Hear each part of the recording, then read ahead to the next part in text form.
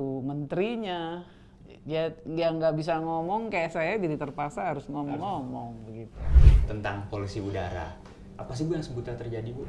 Itu dalam hati saya, enak aja kamu, kalau kamu yang kebakar, kamu bilang bencana. Tapi kalau kita baru kebakaran dikit, udah teriak-teriak semua gitu ya. Terus begitu saya baca, hari Senin saya nggak ketemu Mama, hari Selasa saya nggak ketemu Mama, hari Rabu saya nggak ketemu Mama, hari Kamis saya nggak ketemu Mama, titik. Bincang-bincang seru di podcast Kabinet dan Setcap, mari dengarkan diskusi hangat dan meriah.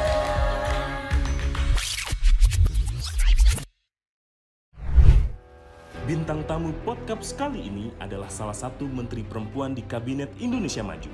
Sikapnya yang tegas dan berani dalam mengambil keputusan membuat dia disegani banyak orang. Ia akan bercerita bagaimana dinamika dan tantangan dalam menjalankan perannya yang strategis di pemerintahan, perjuangan hidup, serta perjalanan karir yang panjang dan berliku, sampai menjadi orang nomor 1 di Kementerian Lingkungan Hidup dan Kehutanan selama 2 periode. Ini dia penampilan perdananya di podcast Menteri Lingkungan Hidup dan Kehutanan, Ibu Siti Nurbaya Bakar. Halo kawan Kabinet, selamat datang di Podcast Kabinet dan Sekretariat Kabinet. Saya Raditya Aviantara dari Sekretariat Kabinet yang akan menjadi host di episode Podcast kali ini. Nah, kawan Kabinet, Podcast adalah podcast resmi Sekretariat Kabinet yang berisi ngobrol-ngobrol dan diskusi tentang berbagai topik. Mulai dari kebijakan pemerintah, hot issue yang sedang berkembang di masyarakat, sampai mengangkat profil dan sisi humanis para menteri, yang tentunya dikemas dengan penyampaian yang ringan dan santai. Nah, kawan Kabinet, tamu podcast hari ini adalah seorang perempuan berprestasi di Kabinet Indonesia Maju. Beragam penghargaan pernah dianugerahkan kepadanya. Di antaranya masuk dalam 99 Most Powerful Women, majalah Globe Asia, dan 100 perempuan terinspiratif versi majalah Kartini. Menurut catatan sejarah, beliau juga merupakan wanita pertama yang menjabat sebagai menteri yang membidangi isu kehutanan dan lingkungan hidup di Indonesia. Siapa lagi kalau bukan Menteri Lingkungan Hidup dan Kehutanan, Ibu Siti Nurbaya Bakar. Apa kabar Bu Siti? Baik Mas Radit, terima kasih. Alhamdulillah Bu. Saya jarang deh ngelihat Bu Siti ini di podcast-podcast ya Bu. Iya, gimana ya, kerjaannya banyak ya, dan saya sih memang tahu persis bahwa komunikasi publik itu penting, tapi di Kementerian LHK kita berbagi tugas. Jadi saya punya 18 eselon 1 loh, dengan bidang yang sangat beragam. Betul. Besar sekali Bu. Memang saya kontrol semua isunya, karena kan harus satu arah vektor ya, kalau nggak repot. Ibu lebih banyak di belakang layar. Kerjaannya memang konseptualisasinya harus kuat ya.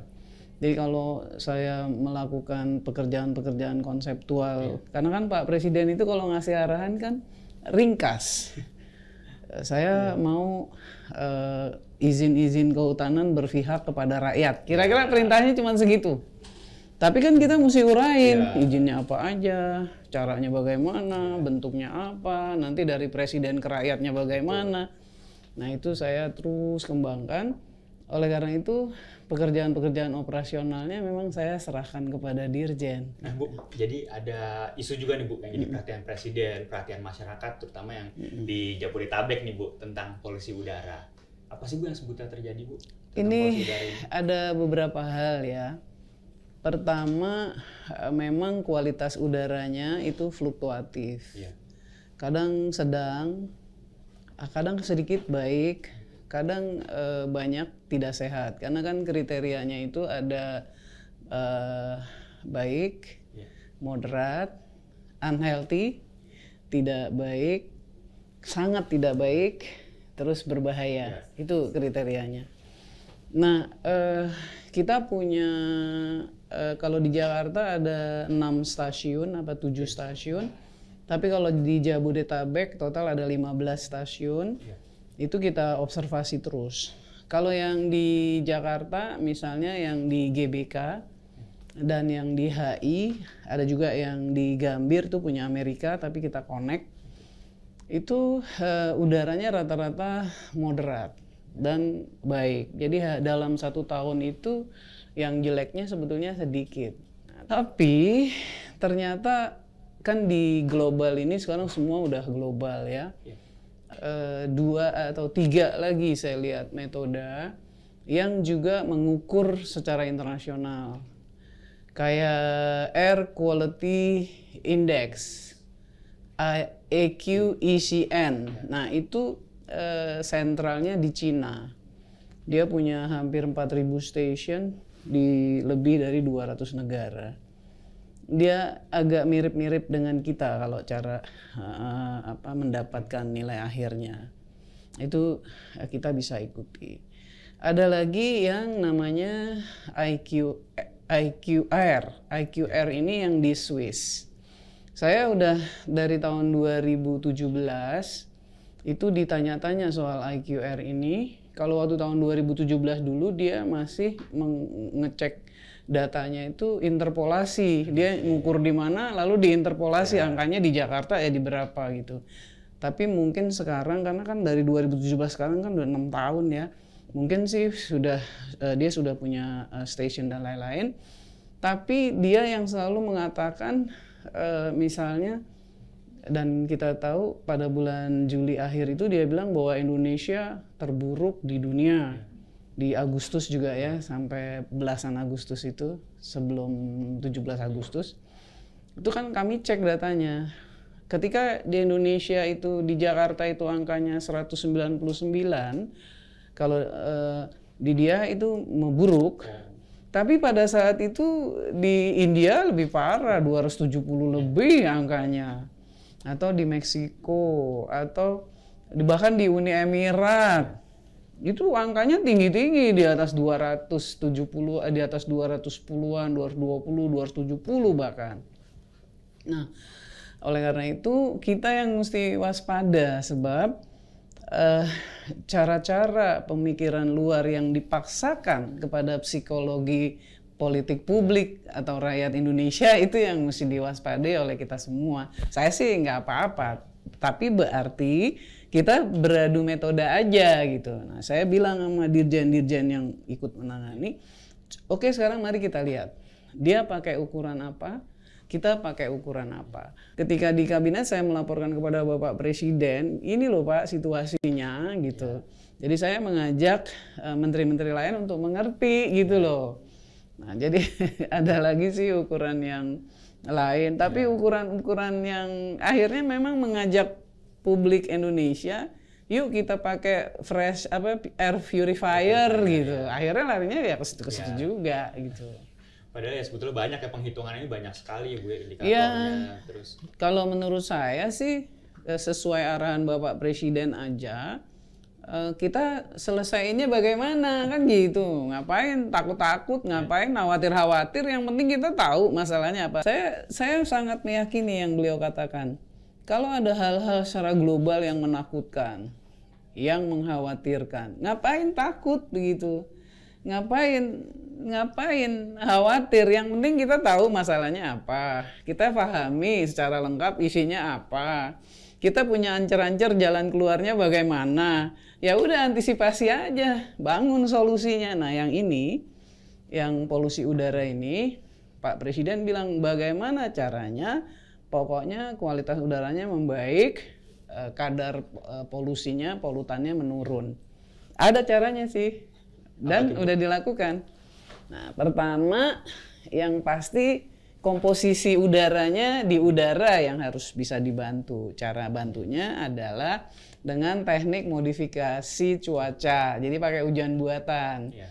Makanya ketika tanggal 26 Agustus itu hujan deras di Bogor, itu semua stasiun yang arahnya dekat Bogor dan juga hujan juga di Jakarta malamnya. Di Bogor hujannya duluan jam 5 sore.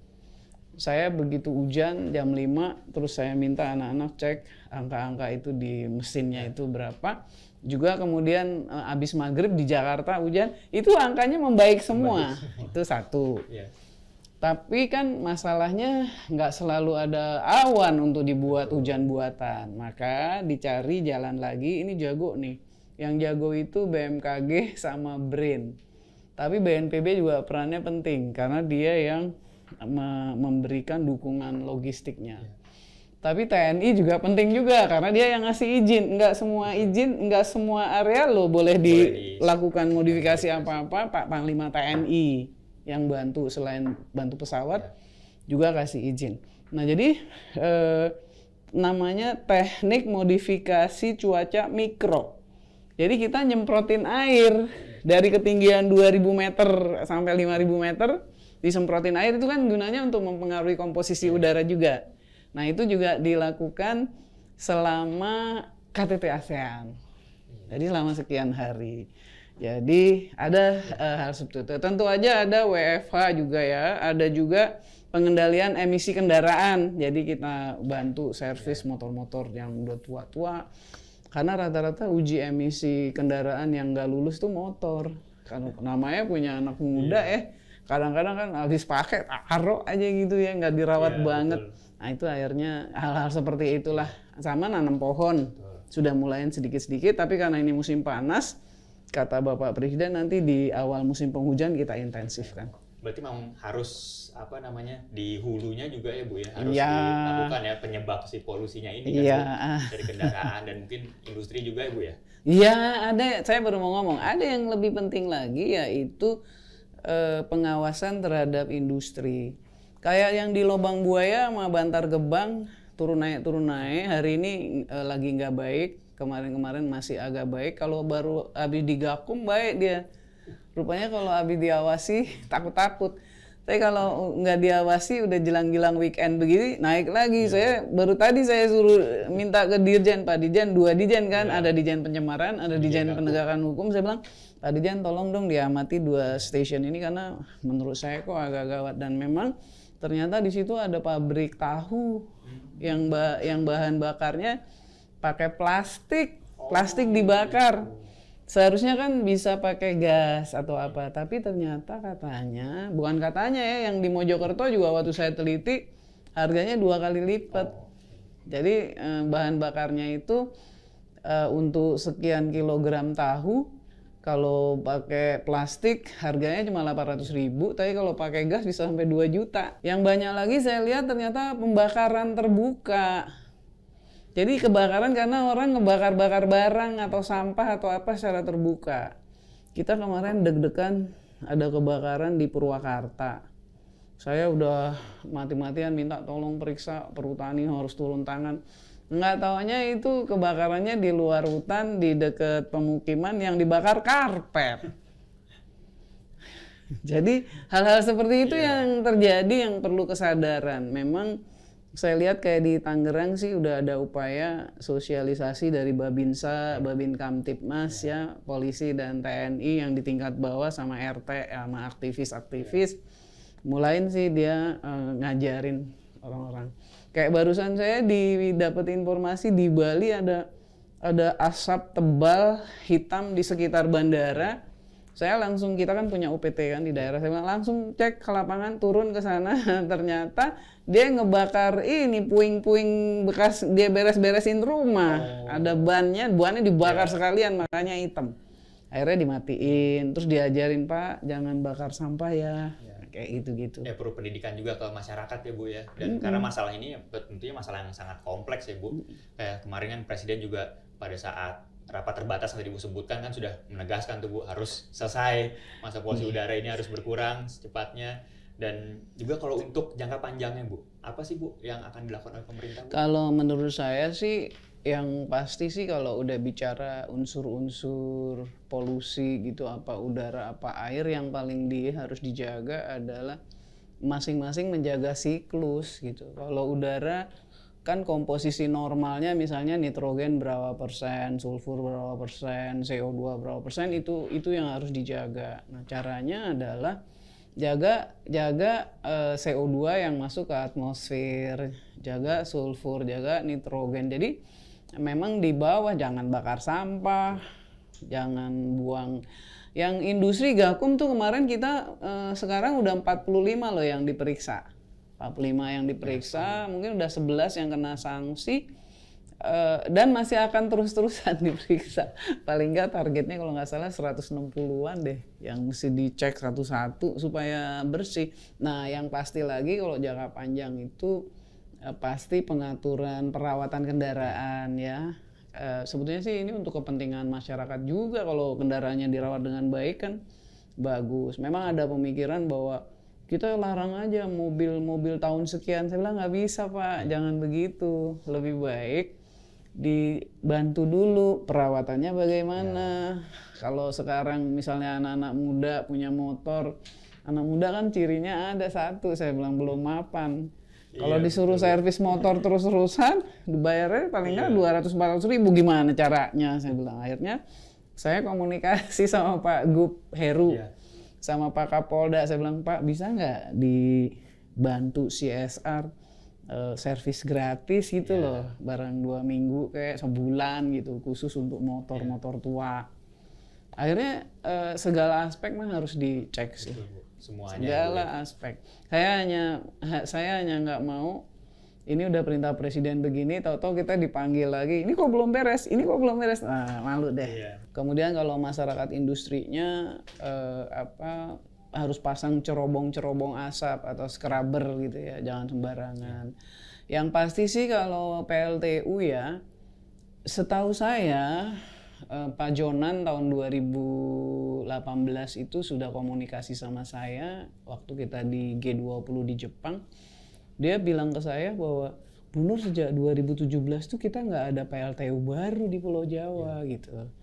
Jadi oke lah sekarang kita lihat PLTU. Kemarin kan yang dirame-ramein katanya karena PLTU di Suralaya ya. Waktu saya tanya ke Dirut PLN, menurut Dirut PLN udah ganti gas. Nah jadi itu juga aspek jangka panjang tuh PLTU batu bara itu sesuai dengan agenda perubahan iklim kita kan memang harus semakin dikurangin. Walaupun saya nggak yakin kalau dia habis ya, karena rakyat kita masih butuh listrik. Listrik kita itu yang ideal satu rumah tangga itu pakai kira-kira 5.400 watt, itu yang ideal di Eropa begitu. Tapi Indonesia kayaknya baru nyampe 1.100 deh. Maka saya ketika internasional bilang, ayo Indonesia energinya. Saya bilang, ntar dulu. Kamu kan sudah bebas dan sudah bagus pembangunanmu kan sejak tahun 70-an. Lah Indonesia kan baru bagus sekarang dan nanti puncaknya di 2030 sampai ke 2040. Nggak bisa dong dibunuh, saya bilang begitu.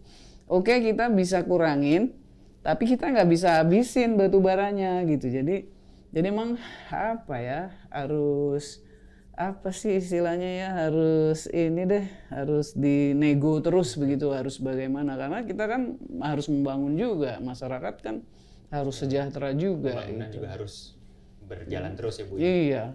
Nah Bu, kalau ngomongin Jakarta nih Bu, kan kita patut berbangga juga nih kemarin tanggal 5-7 September kita menjadi tuan rumah di KTT ASEAN ke-43 ya Bu. Saya lihat Bu Siti juga sibuk juga nih Bu, nyambut Presiden Filipina, Presiden Bangladesh, terus juga Perdana Menteri dari Singapura. Boleh diceritain nggak sih Bu, ada hal-hal yang menarik nggak Bu dari kemarin menyambut kepala negara? Saya tuh waktu nyambut itu saya bilang saya jemput di perintah Pak Presiden. Terus dia bilang Minister Siti katanya. Saya kaget juga dalam hati saya. Dia tahu juga saya. Rupanya memang begini. Indonesia itu kalau di aspek agenda perubahan iklim kita tuh nggak ketinggalan. Saya nggak berani lah bilang kita jagoan, tapi kita memang sudah lebih sistematis bekerja. Karena kan Pak Presiden kan modelnya itu kan harus kerja, harus kelihatan, harus rapi, hasilnya harus ada gitu. Nggak mau cuman Pak konsepnya begini, ininya begitu, ya nggak mau pola begitu. Apalagi cuman pledge, janji gitu, itu nggak mau. Dan dengan berani Pak Presiden mengatakan di berbagai forum internasional itu kita mesti nyata gitu, bukan hanya janji-janji dan bukan hanya diskusi-diskusi aja. Saya kira Bu Retno pun karakternya sama seperti itu ya. Oleh karena itu kita kalau di agenda perubahan iklim Indonesia termasuk yang sistematis karena gini, kita itu termasuk negara di dunia yang punya hutan banyak. Bersama-sama dengan Brazil, Kongo. Dulu sebenarnya Amerika juga banyak, tapi dia kan hutannya lama-lama udah habis karena udah maju duluan. Nah, kita punya konsep di dalam menangani perubahan iklim dengan menurunkan emisi gas-gas yang ngeracunin atmosfer itu, gas rumah kaca, itu kita sistematis langkah-langkahnya. menurunkan deforestasi, mengatasi kebakaran hutan, rehabilitasi hutan dan lahan, ngeberesin gambut, yang Pak Presiden juga ngurusin mangrove. Banyak sekali menjaga habitat-habitat satwa, ngurusin sampah plastik dan lain-lain. Jadi saya senangnya ini Menteri Lingkungan gitu loh. Jadi sepertinya dia tahu ini toh Menteri Lingkungannya. Saya waktu di G20 juga Menteri Belanda, Perdana Menteri Belanda, kemudian Presiden Macron itu tanya, kamu ngurusin ini, maksudnya mangrove? Ya, saya bilang saya Minister of Environment and Forestry. Gitu. Jadi artinya pada yang saya terima ya persepsi saya bahwa mereka merekognisi, mereka tahu bahwa ada kemajuan kehutanan di Indonesia. Dan lingkungan, dan tentu konteksnya ke iklim. Nah, kita ini di agenda perubahan iklim itu di dalam penurunan emisi gas rumah kaca itu paling gede dari hutan. Itu 60%. 37% itu dari energi. Nah, di dunia rata-rata di negara-negara barat yang udah duluan majunya itu terbalik, 58% dari energi. Dari hutannya hanya 30-an%, jadi terbalik sama kita. Jadi saya sebetulnya sekarang dengan Pak Menteri Arifin bahu-membahu deh.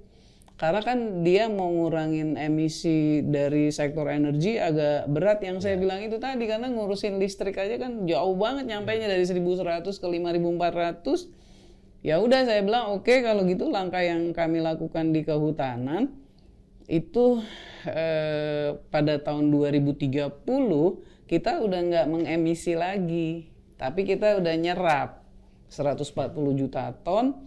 Jadi ya udah Pak Arifin bisa kita bantu gitu. Dia pada saat itu nanti masih punya PR 340-an juta ton. Jadi kita bisa membantu. Kira-kira gitulah.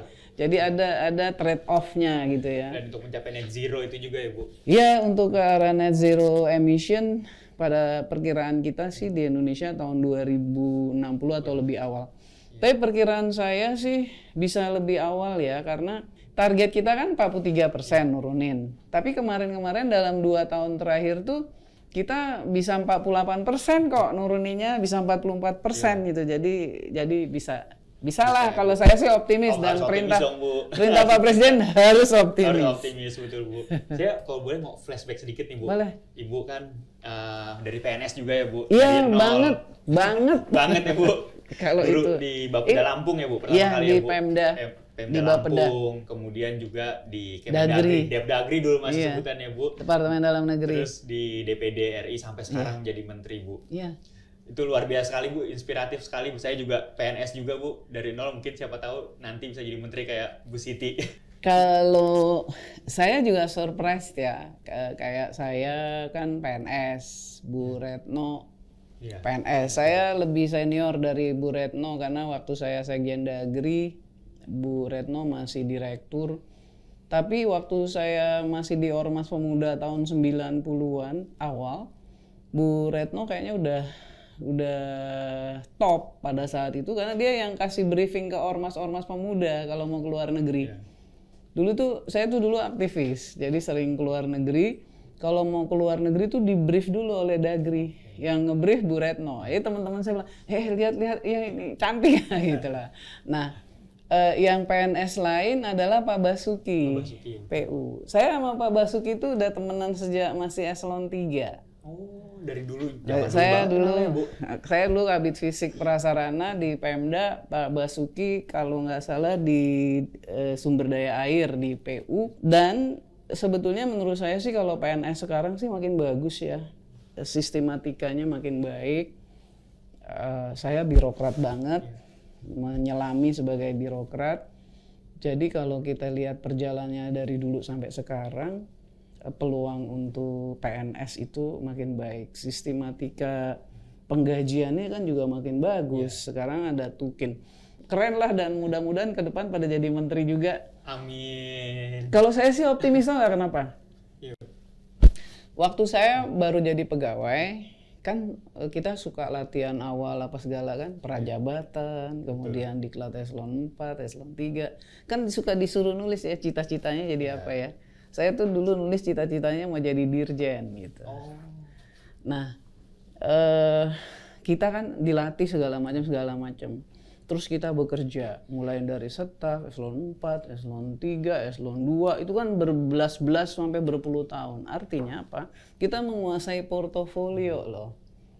Kan di Undang-Undang Kementerian Negara itu kan setiap kementerian ada tanggung jawab, ada portofolio yang ditangani. Kalau saya termasuk yang optimis bahwa birokrat itu menguasai portofolio. Jadi dia emang harusnya lebih jago daripada yang lain.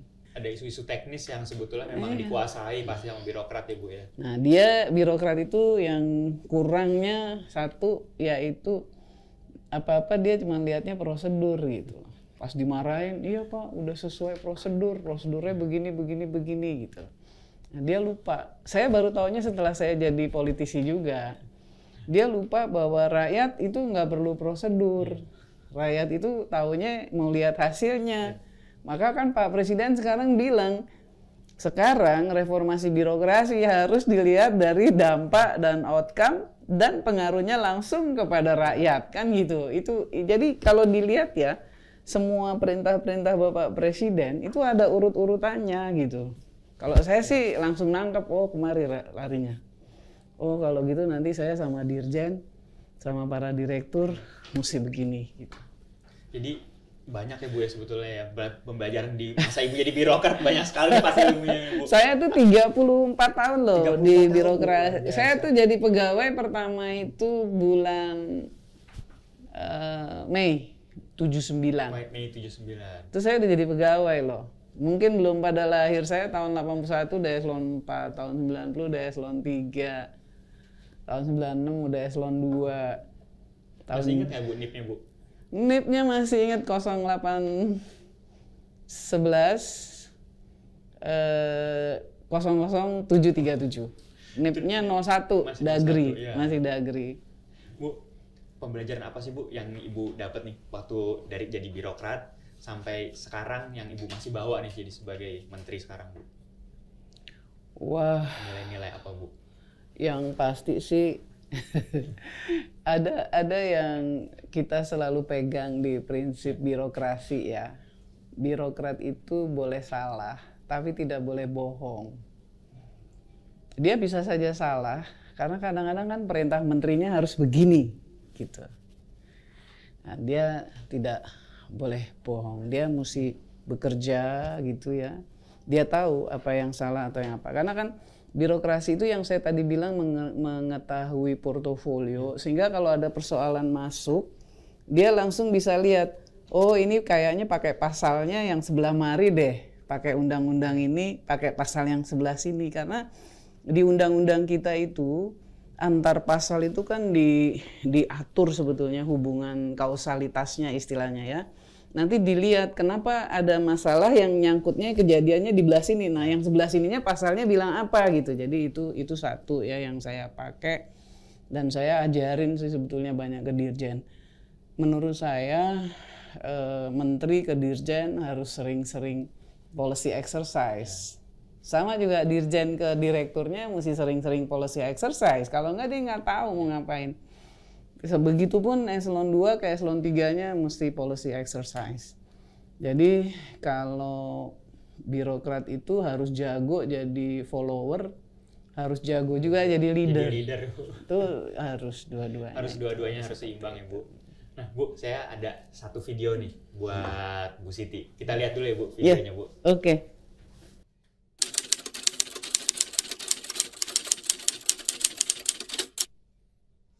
Menekan, mengurangi sangat banyak sekali kebakaran hutan di Indonesia. Menterinya juga perempuan, Ibu Siti Nurbaya. Menurut Ibu, apresiasi dari Pak Jokowi tadi Bu, apakah itu yang mengantarkan Ibu nih menjadi Menteri LHK selama 2 periode Bu? Saya nggak bisa menduga-duga kenapa, tentu banyak faktor lah. Tapi yang jelas saya mencoba bekerja baik aja.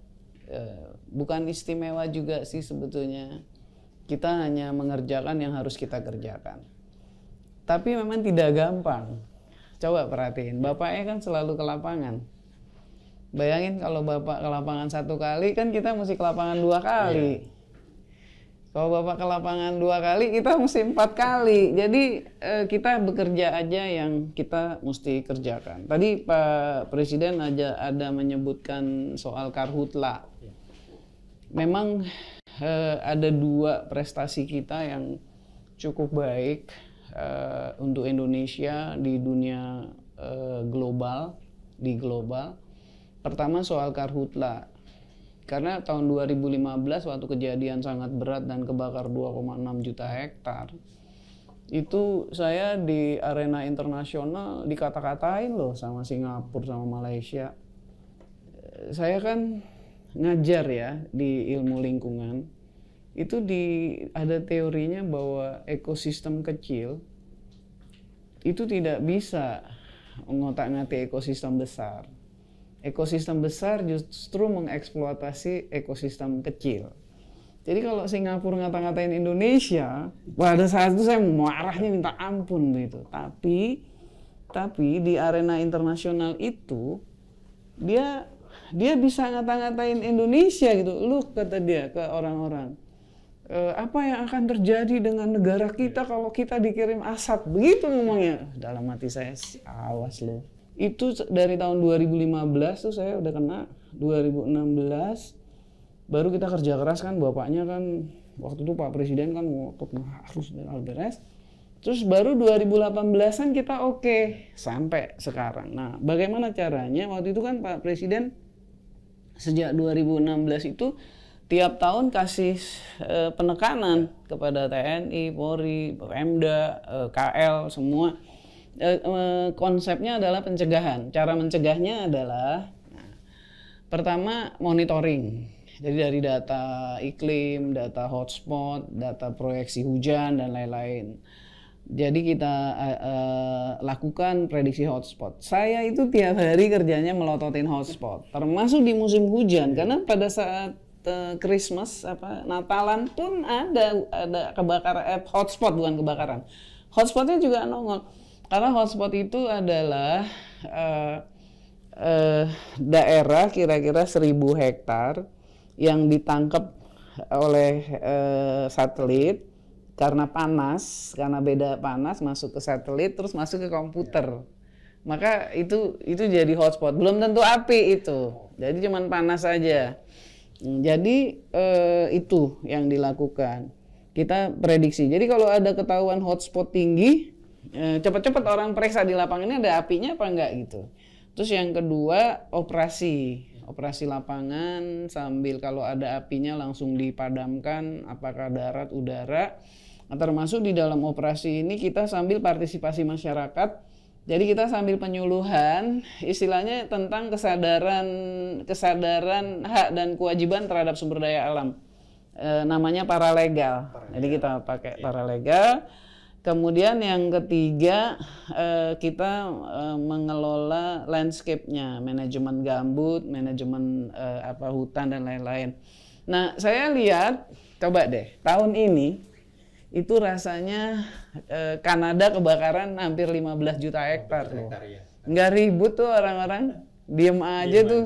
Kita belum aja kebakaran udah ribut, lihat tuh Indonesia udah panas, awas lo yuk kita tonton, sampai kayak gitu kan. Iya, kanan kiri udah nontonin aja. Iya, ini mau diapain nih, gue lihat lo mau ngapain lo, nah, kira-kira gitu ya. Jadi saya bilang sama kawan-kawan, ayo waspada terus.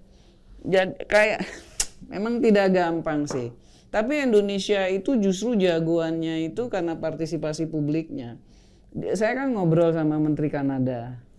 Waktu ketemu di India, saya tanya, itu kebakaran kenapa bisa sampai belasan juta hektar? Terus kata dia, Ibu Siti, itu bencana alam, tanya.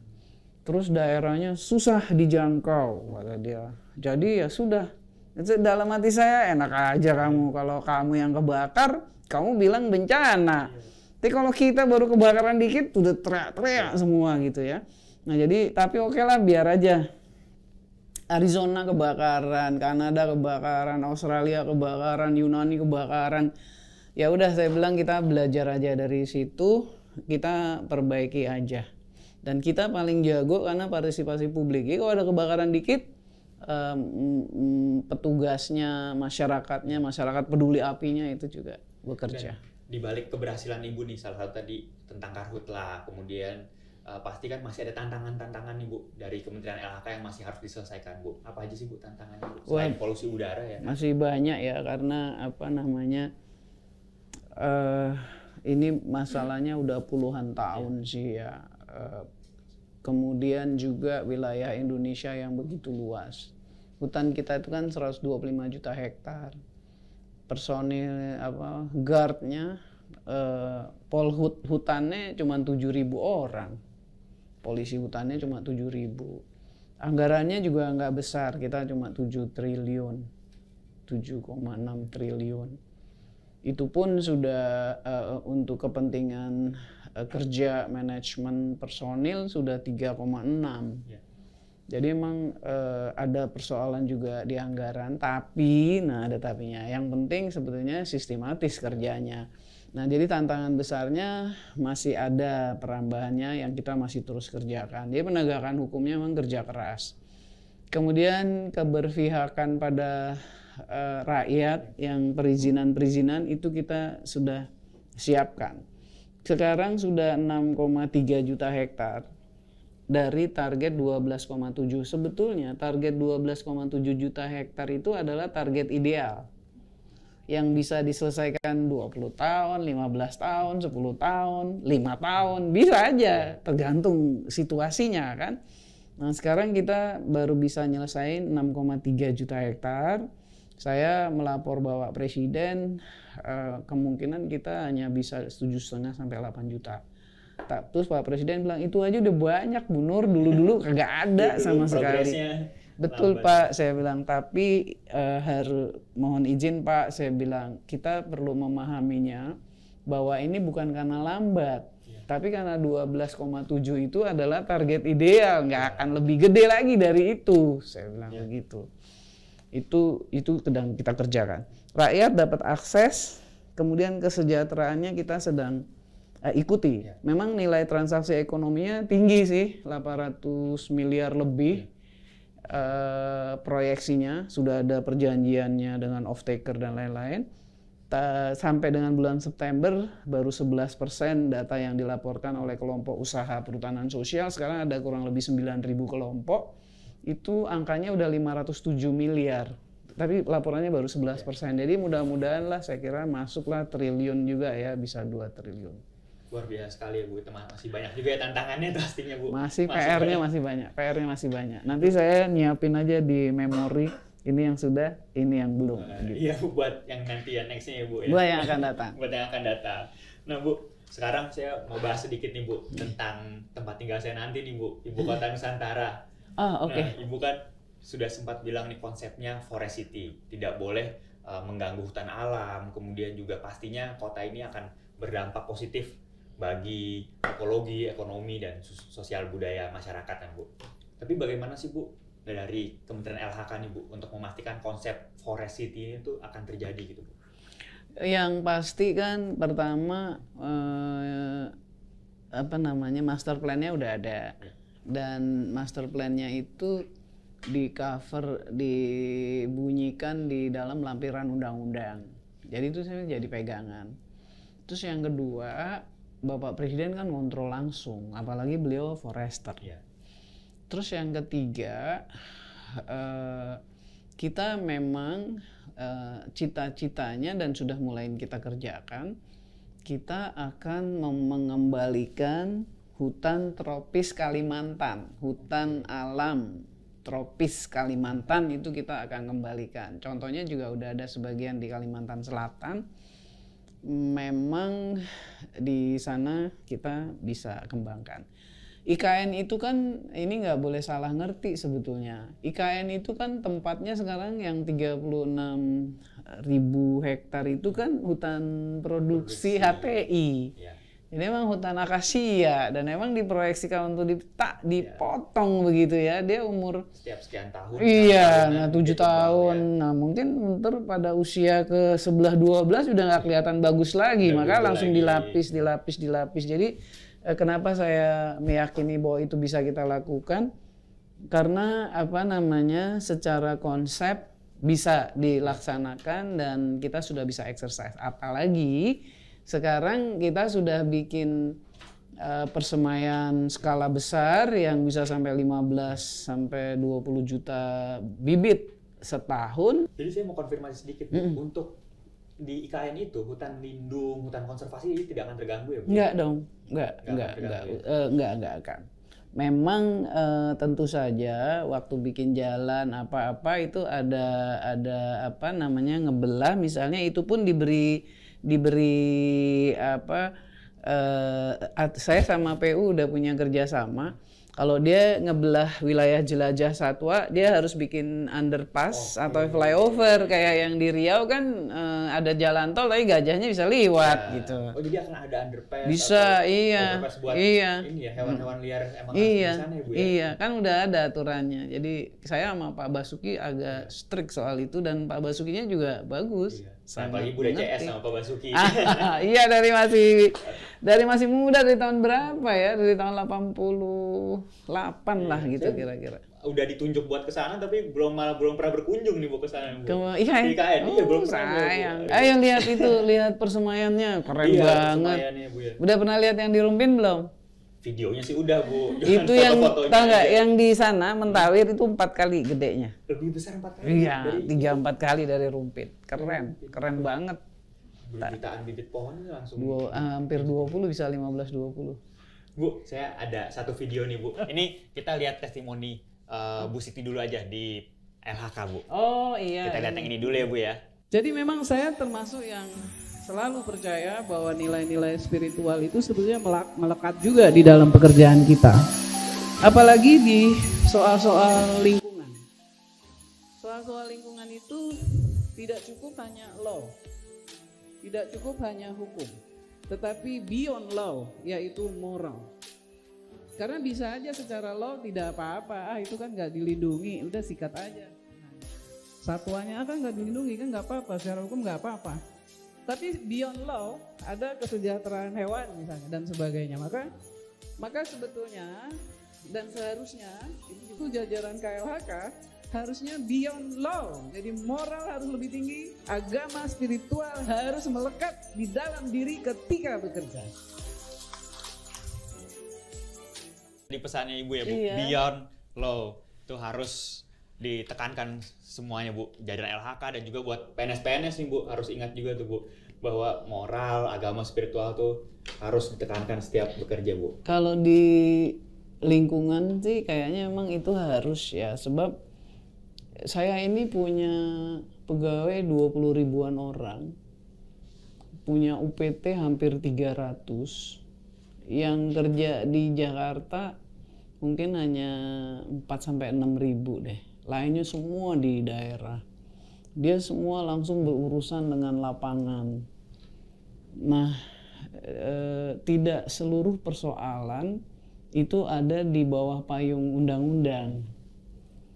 Kayak misalnya anjing tuh bukan urusannya KLHK loh, gitu loh. Tapi mungkin dari aspek lingkungan atau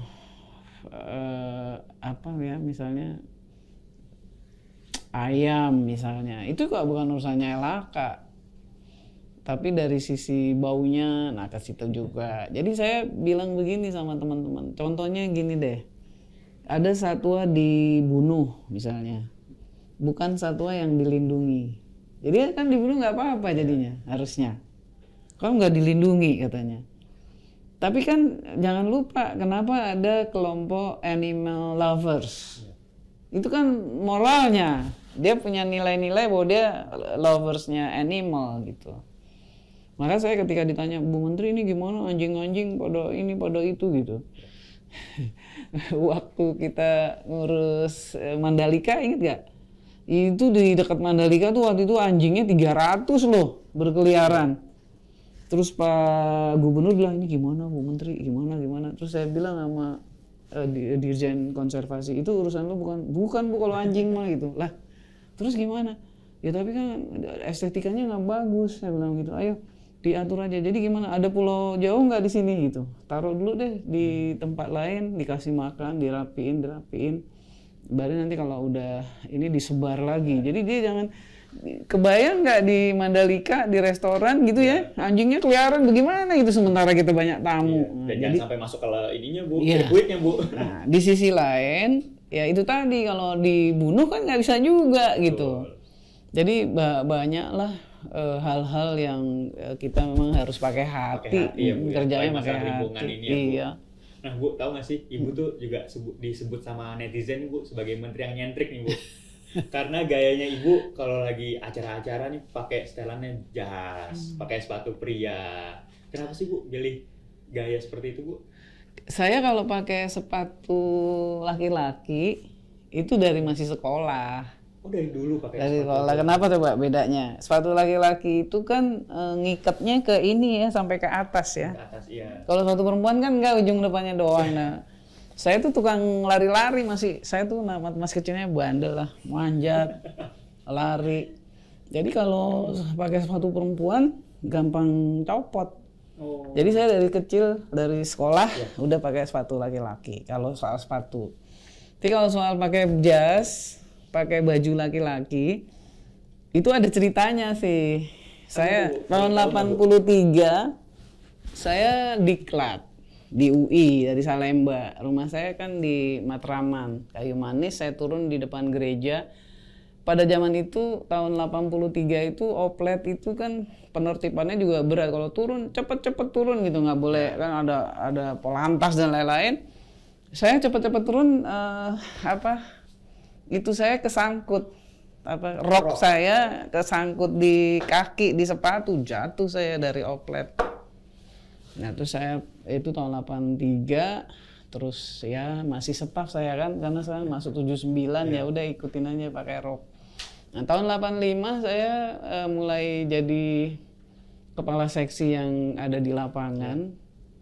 88, 85 saya seksi irigasi. Saya kalau pergi ke lapangan kan manjat-manjat, apalagi kalau ada banjir dan lain-lain, kita kadang-kadang mesti pakai ini tali kan naik. Jadi saya selalu pakai rok, terus di dalamnya bikin short celana pendek yang sama seperti roknya. Jadi saya selalu pakai dua gitu. Terus lama-lama saya pikir repot amat gitu ya. Nah terus saya juga ikut pendidikan. Dulu saya ikut trainingnya banyak jadi pegawai itu. Yang ngajar tuh orang hebat-hebat. Yang kalau pakai baju tuh keren. Bajunya tuh sama dengan kukunya, warnanya, sama dengan lipstiknya, sama dengan shadownya. Dalam hati saya ngeliatin beliau cantik sekali, tapi kok mahal banget. Iya bener nggak? Kalau perempuan kan suka begitu mikirnya.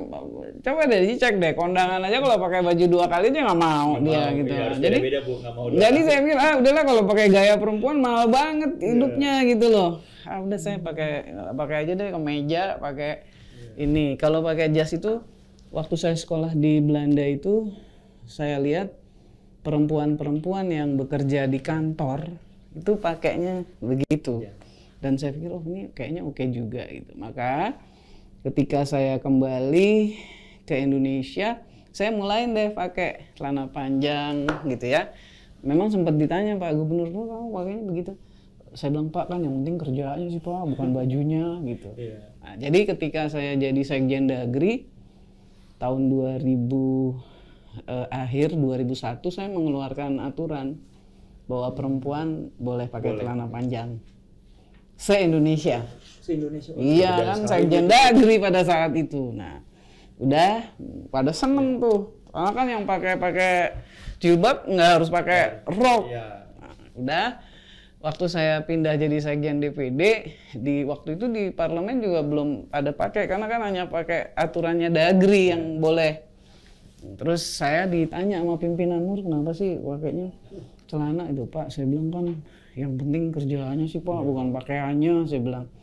Iya tapi jangan kayak laki dong, pakai bajunya yang kayak perempuan gitu yang bagus.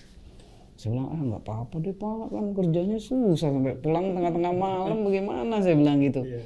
Akhirnya boleh sama pimpinan DPD pada situ boleh, akhirnya semua pada ikut, terutama yang pakai hijab itu pada seneng lihat anak-anak di parlemen akhirnya pakai juga. Udah. Luar biasa sekali Bu. Kan emang ya nggak ada pengaruhnya juga antara pekerjaan sama pakaian kan Bu, yang penting kerjanya kayak tadi Ibu bilang. Bu, saya juga menarik tadi cerita Ibu naik oplet. Emang Ibu dulu suka kan masih muda lah saya. Saya masih muda kan, kerjanya di Lampung. Di Jakarta kan di rumah ayah saya. Saya rumahnya di kampung loh, di gang di Kayu Manis 10.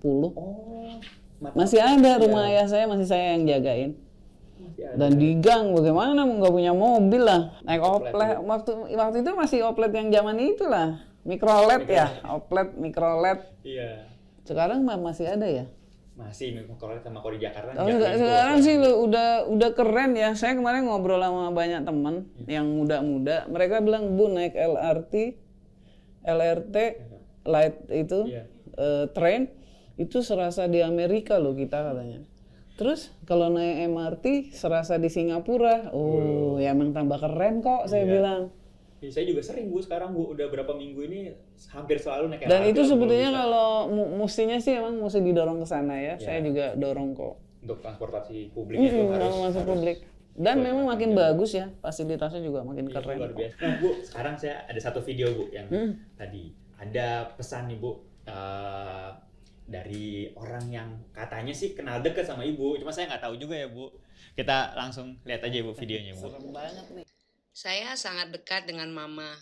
Kadang kalau libur kita makan siang atau makan malam bareng-bareng di meja makan sambil menceritakan kegiatan kita masing-masing, apa yang kita lakuin hari ini, apa yang Mama lakukan hari ini, apa yang saya lakukan hari ini. Dan Mama itu di mata saya adalah perempuan yang luar biasa. Mama adalah perempuan yang hebat, Mama adalah perempuan yang tangguh, dan Mama adalah perempuan yang kokoh. Mama juga mengajarkan saya untuk menjadi perempuan yang kuat, mandiri, kokoh, tangguh. Satu lagi yang Mama ajarin ke saya itu, saya jadi perempuan gak boleh gampang nangis. Karena masalah itu harus diselesaikan, bukan ditangisi. Ya, itulah Mama di mata saya. Oh, itu kok bisa dapet sih? Itu anak saya, itu anak pertama. Anak pertama ya Bu. Saya memang ngajarin, jadi kacau dah. saya dulu waktu masih muda, Ruri itu tahun 83 usianya belum 2 tahun, saya tinggal sekolah. Saya mungkin termasuk agak nyesel sedikit sekarang karena waktu mudanya anak-anak nggak keurus amat gitu, mereka banyak dengan neneknya. Dia udah saya tinggalin sekolah. Adiknya juga lebih parah lagi, umur 18 bulan saya udah tinggalin sekolah di Belanda ya, sampai 26 bulan. Nah, anak saya ini waktu masih kecil-kecil, kan saya sering ditugasin Pak Gubernur ke Jakarta. Tahun 88 saya paling intensif ke Jakarta. Start 85 udah mulai. Itu anak-anak masih kecil. Saya pikir ini anak bagaimana caranya ya dijagainnya. Akhirnya saya suruh masuk karate. Supaya dia bisa membela dirinya sendiri kalau ada apa-apa. Sekarang udah dan 5 karatenya. Jadi saya bilang kamu harus bisa melindungi diri kamu sendiri. Karena saya tidak bisa setiap saat menjaga kamu, apalagi yang perempuan. Memang saya mengatakan sama dia, tapi itu saya dapat dari ibu saya. Ibu saya bilang, air mata tidak menyelesaikan masalah. Jadi, kamu tidak boleh gampang nangis. Yang betul adalah kamu jadi orang yang bertanggung jawab. Apa yang jadi tugas kamu lakukan, apa yang kamu lakukan pertanggungjawabkan. Itu yang dipesan ibu saya. Ya terus kebawa juga lah ke anak-anak begitu. Sekarang memang dekat kita karena saya kalau udah hari Jumat gini nih, Sore udah pulang dan nungguin nih dateng nggak nih anak-anak sama cucu gitu, karena itu emang hiburan. Ini masih pada muda-muda, belum punya cucu, belum ngerasain. Ntar kalau udah ini aja, Mas Radit aja udah punya istri belum? Sudah Bu, ya udah punya anak 1 Bu. umur berapa? Umur 1,5 tahun Bu baru Bu. Waduh. Cewek juga Bu, anak pertama. Udah mulai enak tuh ya, diajak udah mulai lucu deh. Iya, Biasanya anak 1,5 tahun kalau nggak jalannya yang pinter, ngomongnya yang pinter. Iya. Udah mulai Lucu, bawel gitu. Iya. Tapi berat nggak sih Bu? Maksudnya Ibu kan sibuk selalu nih dari awal, pasti harus meninggalkan anak-anak juga. Berat nggak sih Bu? Dan menurut Ibu pengorbanannya worth it nggak sih Bu? Kalau sekarang sih nggak bisa dibandingin sama zaman saya dulu, karena kalau sekarang kan bisa video call, Iya. bisa apa-apa, bisa kontrol. Kalau zaman saya dulu kan jauh lebih berat. Ini kan mulai ada handphone itu kira-kira tahun 89. Tapi lama-lama handphone jadi tambah canggih, tambah murah pula harganya kan. Jadi kalau yang pasti sih kalau saya mengurangi waktu istirahat. Memang kita jarang bersama anak-anak, tapi kita memperhatikan gitu yang dia perlukan. Saya tuh pernah kejadian anak saya tuh di rumah tuh dikasih memo sama anak saya yang kedua tapi yang laki, tapi waktu itu dia umur kira-kira 8 tahun. Terus begitu saya baca, hari Senin saya nggak ketemu mama, hari Selasa saya nggak ketemu mama, hari Rabu saya nggak ketemu mama, hari Kamis saya nggak ketemu mama, titik. Itu kan akhirnya bentuk protesnya dia gitu ya. Nah kalau udah begitu baru saya cari. Memang kita harus ngurangin waktu istirahat aja. Saya termasuk pegawai yang nggak pernah cuti loh, Mas Radit. Kerja terus. Saya rasanya tinta kalau udah selesai menteri ini mau istirahat aja Bu dulu. Ibu berarti dekat banget ya Bu sama anak sama cucu ya Bu? Iya, karena memang saya itu hiburannya ya. Sebab saya kalau di rumah, di kamar pasti kerja otaknya. Tapi kecuali ada cucu, ada anak, baru dia ngobrol. Itu aja selingannya, nggak ada yang lain. Bu, saya jadi mau tanya juga nih Bu, kan tugas untuk menjaga lingkungan nih Bu, kita balik lagi tentang lingkungan kan, tugas menjaga lingkungan itu bukan hanya tugas Kementerian LHK Bu, betul, tapi juga sangat. tugas semua orang, semua manusia yang ada di bumi ini gitu Bu, bahkan untuk anak cucu kita nanti juga nih lingkungannya kan Bu, bumi ini. Nah, ada nggak sih Bu pesan untuk generasi muda nih Bu agar bisa menerapkan gaya hidup yang lebih ramah lingkungan, gaya hidup yang peduli lingkungan? Saya sebetulnya punya optimisme karena dari berbagai survei dalam tahun-tahun belakangan ini, saya kira 3-5 tahun terakhir, concern generasi muda terhadap lingkungan itu sangat tinggi. Saya juga mempelajari dari berbagai literatur di usia bumi kita yang katanya sudah berumur 3,7 miliar tahun. Nah, itu atensi kepada lingkungan itu sudah ada di awal-awal. Jadi memang pihak-pihak lain udah lebih dulu lah. Kayak Amerika, Eropa terutama lebih dulu. Tapi Indonesia ini pembelajar cepat. Kita baru merdeka berapa tahun, tapi kita udah concern lingkungan juga sangat cepat gitu. Kita sudah punya Menteri Lingkungan di tahun 72 bahlah kalau nggak salah ya, di tahun 70-an itu kita sudah punya. Dan waktu global waktu KTT Bumi pertama kita sudah ikutan. Dan itu semua didorong oleh generasi muda. Dan sekarang ternyata jauh lebih sensitif generasi mudanya. Saya sekarang bersama Green Leader Indonesia dari Institut Hijau Indonesia itu sedang terus merintis bersama-sama. Sekarang sudah ada kira-kira 2.000 orang dutanya yang ada di seluruh Indonesia yang sudah intensif, dan saya sih berharap akan terus melebar.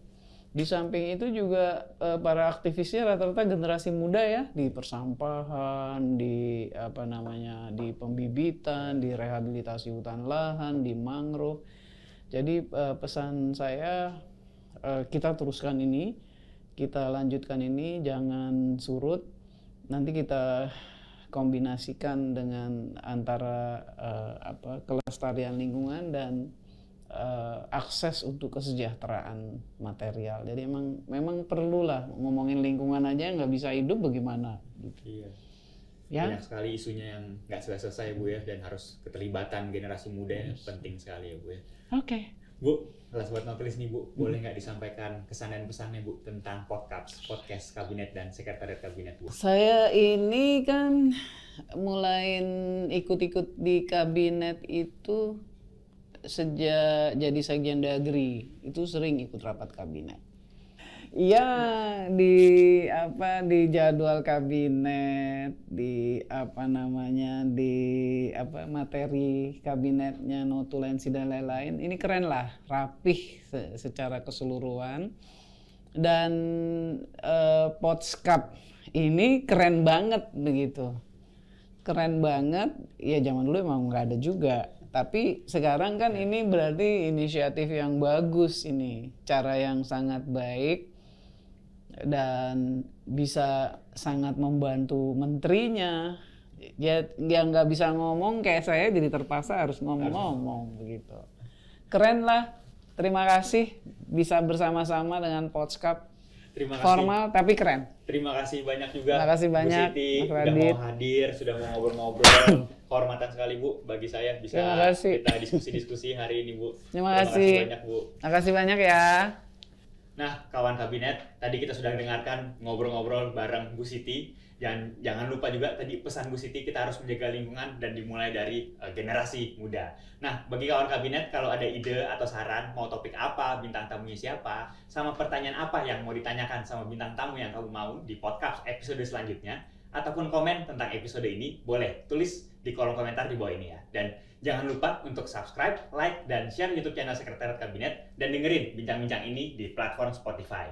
Tunggu episode podcast selanjutnya. Saya Raditya Aviantara dan seluruh kru Sekretariat Kabinet pamit. Terima kasih kawan kabinet. Thank you. Bincang-bincang seru di podcast Kabinet dan Setkap, mari dengarkan diskusi hangat.